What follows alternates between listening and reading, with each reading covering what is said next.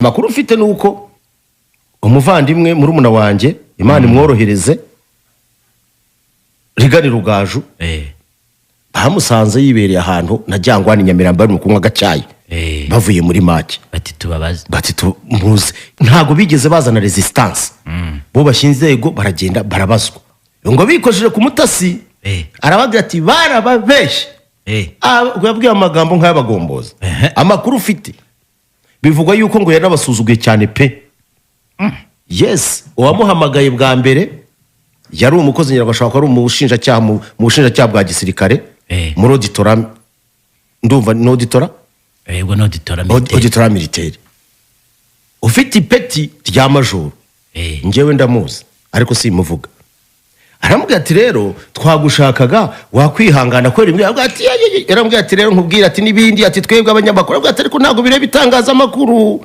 ibi ni ibintu tubona amafaranga yacu yakugiyeho tutazi uburyo kandi tutakugira mu bakozi nta urede demission yawe tubona ntaki turimo turubahiriza ibyo dusabwa na audit waza tukakubaza ukaduha amakuru ukadusangiza amakuru kugira ngo tugire ikintu tugeraho tumenye ukuri idosirangire undi arababwira ati ntibikunda ati nimuhamagare ikigo nkorera barabwira bati se ikigo ukorera kigeze kiguha ordre de mission yo kujyayo ndabivuga text uramo ko byari bimeze uko yabimubajije afa nako nangiye kuvuga izina rye uko yabimubajije aramutse ikigo ubwo barimo bareshanje aramubwira mu ijwi rituze ariko ndakamubwira ati amubwira ati umushinjacyaha avuga ijwi rituje yari atuje pe erega ntabwo abasirikare bameze nk'abasivili none se aravuga mu ijwi rikakaye n'ubundi ku itegeko rimuha uburenganzira arashaka kukwiruriza n'ubundi ari bukuzana arakuzana mu buryo bwa manu militari nibyo ndi bugera manu militari yatsirwa na Nyagatare uretse gato unamubwira ati se ati erega ntago ari ibintu bikanganye agerageza kumuhumuriza ati ibi bintu ntago bigoranye nk'uko byumva uze ntawe ugiye kugufunga ntitubwe tugiye kugufunga ngwino uraduha amakuru gusa nibyo twifuza kukubaza kugira ngo twikomereze na dosiye yacu nese niba yari yamenye ko ababajijwe nk'ibyo abajijwe babafunze kandi byari mu munsi nabo baribwo bari babatwaye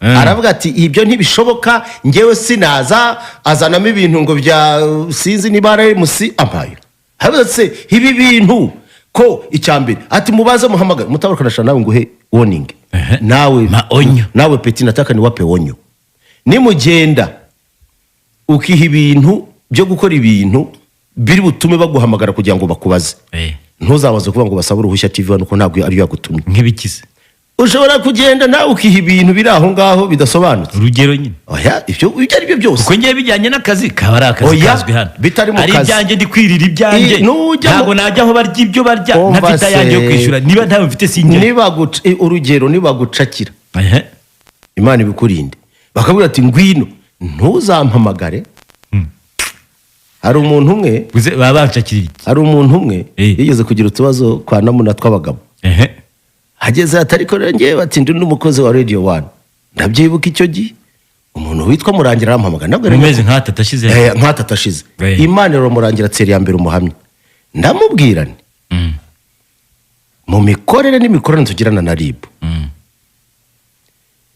nta na rimwe dushobora kwivanga mu muntu ufite ibyabazwa bye bidahuye n'akazi wenda icyo twamufasha twamushakira umwunganira nk'umukozi wacu ariko twebwe nta namwe duhuriye n'ibibazo by'umuntu bwite bidafite abihuriye n'akazi ke dukorana sinzi icyo kintu cyumva ndabyibuka icyawe urabizi ko twamushakiye umwunganizi ariko ibyo kujya kwivanga nawe rero mutabaruka we peti niba gusanga wenda wibesa ahantu uri ku mbumburi uzamenye ko ari akazi kawe ntawe bihuriye na Radio na TV 1 kuko in line of duties zawe ibyo ntibirimo nunywa ahantu ntiwishyure ariko se kuki najya kunywa ahantu ntayo mfite buretse se gato nose umuntu atega indege atari bwishyure hotel ajye nujya ahantu ukarya ntiwishyure bakagutama akantu ukavuga utari ko ngewe mubaze bose ntabwo nagutumye niyo wamvuga rero ibyo yabwiye uwo muntu aravuga ati uwo muntu rero namubwiye atari ko se ko igitangazamakuru ukorera kitagwaye ordre de mission urakizaniramo iki turacyandikira ngo bigende bite umukuri kw'Imana iryo jambo yamubwiye aravuga ati se twandikira ikigo ukorera ko kitigeze mu byo kubaza turagisaba iki nta ordre de mission cyaguhaye sibyo ibyo bintu binaba nta nubwo cyari cyagatangira, turacyandikira, turashaka wowe, ntawe dufitanye ibibazo n'igitangazamakuru, turakubaza wowe nka Rikari. Bwana Rikari rero agiye kubigira wasi, kandi arambwiye nti petit frere tukinakorana, rero muvandimwe ndagusabira Imana ugira ubwenge. Ibyo bintu bigeze rimwe kunyiharantuka, barampamagara. Buriya Karenzi ni inshuti yanjye ko n'umwana wo mu Bugesera, twese turi abantu bava ahantu hamwe. nawe uri Bugesera? Bugesera ni iwacu.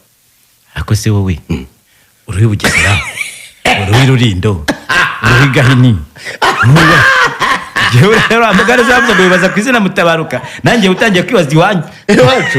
Urumva mu Bugesera, reka mbisubiremo, muri 59 barahaduciriye, baduciye mu Rukiga. Ibyo ni amateka y'u Rwanda, amateka tuzi ko byagenze, bagira ngo tsetse yica abantu. Buriya ntureba ari ahantu bita Senide, uriya rufunzo rwo mu Bugesera rwarukuye abantu muri 1994. Buriya hariya ni iwacu, ni kwa sekuru, ni kwa sogokuru wanjye. Hariya ni kwa Kijoro Anoni. Rero Karenzi ni umwana w'iwacu nawe, wabyumvise. Ibyo rero rimwe ndanamubwira, twaranahuye, ndamubwira nti inshuti yanjye, wabwiye umwana akagira ubwenge, ntabwo ushobora kubwira urwego ujya kurumenyera, ubwira n'umuntu ibyo wishakiye ari urwego, hanyuma biza kurangira bite? Hagaruka aza kubigambaho nueyo, arababwira ati ngewe rwose nababwiye. Rero bavandimwe, ibi bintu ntabwo twebwe, ndashaka mbabwire, umunyamakuru ntabwo ari immune. Ako Karenzi nawe ntabwo ari mwiza. Oya, ariko Karenzi yamubwiye bari bugufunga igihe gito, genda bagufunga. Reka nkubwize ukuri, ntabwo Karenzi yigeze avuga nabi, ahubwo yavugaga nk'umuntu mukuru, nawe ubona yamunyeza, avuga ati ariko nyine numvaga ari kuvuga Ikinyarwanda kirenze, agenda bagufunga igihe gito. Atumaze kumbwira uburyo ibyo bintu byagenze, ati ndumva nawe uri mu bashobora kubazwa. We kabege ngiye nabyumvi, genda baragufunga igihe gito. Buretse gato sasa rero umutasi ntavuye hariya, aravuga ati ubu ngubu barimo barashaka.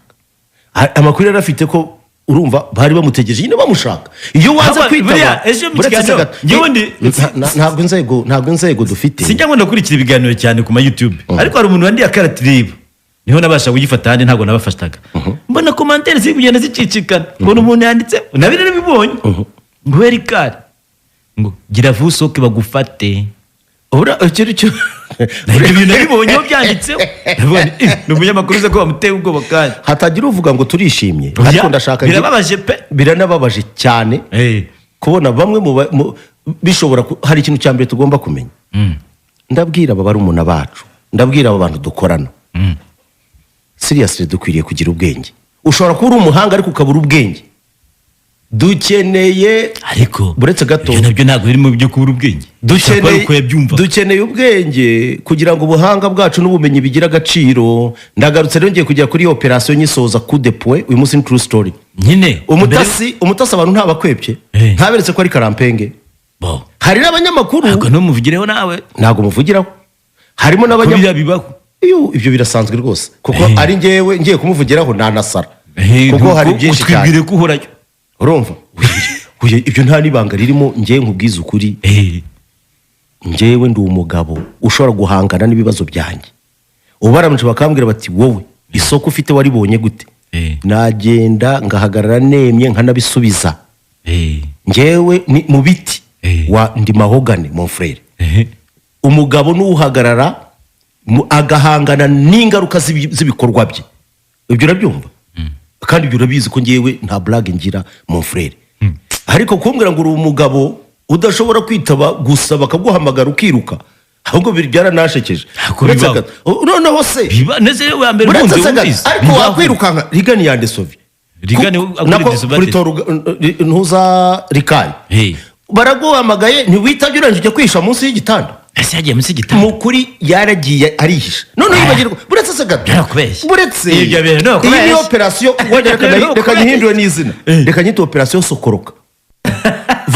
Sosoroka munsi y'igitanda, surori urumva kubeshya pe, ibyo ni ukubeshya. Buretse gato, munsi y'igitanda Mutabaruka, nkuko nakwiye ko nari mfite amakuru, sibyo, y'uburyo bamuhamagaye akabigiraho wadanje, akanabagira ati ngewe sindi bubitabe, akagira ati nimwandikire ikigo nkora, bakamubwira ati ariko se ikigo cyaguhaye ordre de mission mu byo turi bukubaze. ubwo hasohotsemo ikigo n'ikimwifashije Ikigo nta no binahuriye, nta nubwo gikenewemo. aragenda ajya munsi y'igitanda We aravuga ati rero kugira ngo mbakwepe mbereke ko ndi umutasi, ajya kubihisha munsi y'igitanda. Akimara gucengeramo flat telefone, amakuru mfite umutasi ubu ahantu yihishe, icyo ntaramenya neza, ntabwo sinzi niba ari mu rugo iwe munsi y'igitanda cyangwa ari ahandi ahantu yaragiye kubitsimba. ako se ko yagiye munsi y'igitanda cyangwa ni amakabya muri byo kwa kundi wabonye Saddam Hussein w'itikiriti bamukura mu mwobo na Gaddafi bamukura mu kiraro ampaye nka Yesu Kristo.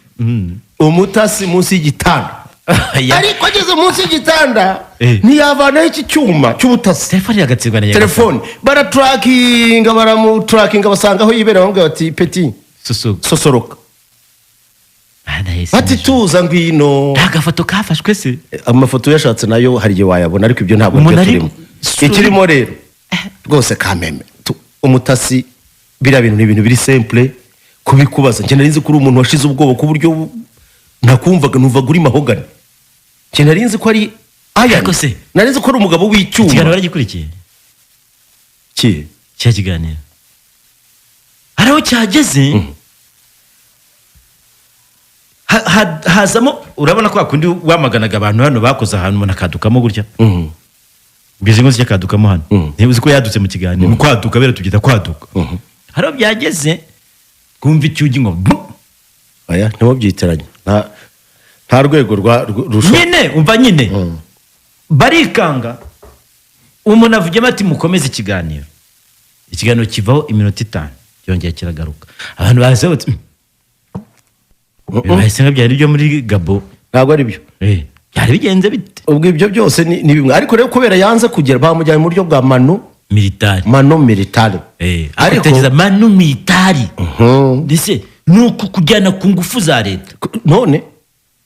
ariko nta n'impamvu, nta muntu, reka mbibabwire, ako se kuki bamujyanye mano militari? none se umuntu baraguhamagaye, bamuhamagaye kangahe? reka umva, ikibazo ni kimwe, baramwandikiye, reka ngusobanurire ibintu byari guteza ikibazo. Yeshanje no kuza mu eya agashaka kubumvisha yuko bo nta bintu birebire, agashaka gukora statement live on air. Icyo nicyo cyateje ikibazo. Icya kabiri, reka nkubwire, kuguhamagara ni ibintu bisanzwe biri normal wa buri wese. Ngenda kubwira twabonye Musenyeri Misago ntiyitabye, yaritabye. Ndakubaza uyu munsi wa none ex prime minister ntiyitabye, yaritabye. Ndashaka nkubwire uyu munsi wa none ninde wundi uwahoze ari perezida wa Republika Pastor Bizimungu ntiyitabye. Ubu se njyewe sinitabye, ariko Fridolin Mbongo ntabwo yitabye. Ibyo ni iwabo, yarahamagajwe i Kigali se ibyo wabiretse. ari hano i Kigali bada none ibyo rero turi hari abakardinali benshi hano i Kigali, abasenyeri benshi. Uruve icyo nshaka kugira ngo mbabwire, ibi ni ibintu tugomba gutangamo n'ubutumwa. Ntabwo mbere kutanga ubutumwa hari ikibazo ndi kwibaza. Ibyo ntumbaze uburyo yageze munsi y'igitanda. Ntabwo ibyo byashaka ko. Ariko habayeho ibintu mutabaruka bakamutwara mu ndege akagenda akareba umupira, akarara muri hoteli arya ameze neza, akarara kuri Mediterane, bugacya bakigarukira i Kigali kabwira abantu ibyabaye, hanyuma bakazabona ko wenda ndi ku mpapuro ntagomba kujyayo. Mutabaruka niwe ufata cyangwa wafatare wese wamujyanye. Mutabaruka rero nagwaye urugero ko nigeze kubona miliyoni 27 ziturutse muri Bralirwa nta kazi nabakoreye. Sibyo urabyibuka? Icyo gihe umuntu wa mbere nandikiye umuntu wo muri Bralirwa mubwira yuko hari amafaranga twabonye kuri konte, tutigeze tugira icyo dukurira, tubasaba ko basubirana ayo mafaranga. Sibyo? Barayasubizayo, arongera aragaruka. Urumvikana? Ikintu cyose uzi ko utakigenewe kitari icyawe ni nko kwihesha ikintu cyundi. None ayo mafaranga azanyobereho. Ubwo nawe rero uzitaba azanyobereho, rero nubyo azahita bayanje n'ibintu biri bubazwe. Barabaza ati ko tubona icyambere nta ordre de mission wahawe na Minadef kuko nturi n'umukozi wayo. Ariko buri bya byose ntabwo yirobanuye mu bantu bagenda yicare mu ndege igiye. Ariko byagenze ibyo nibyo bashaka kubaza. Ibyo rero ntabwo nje bakwiye kungumana. Buretse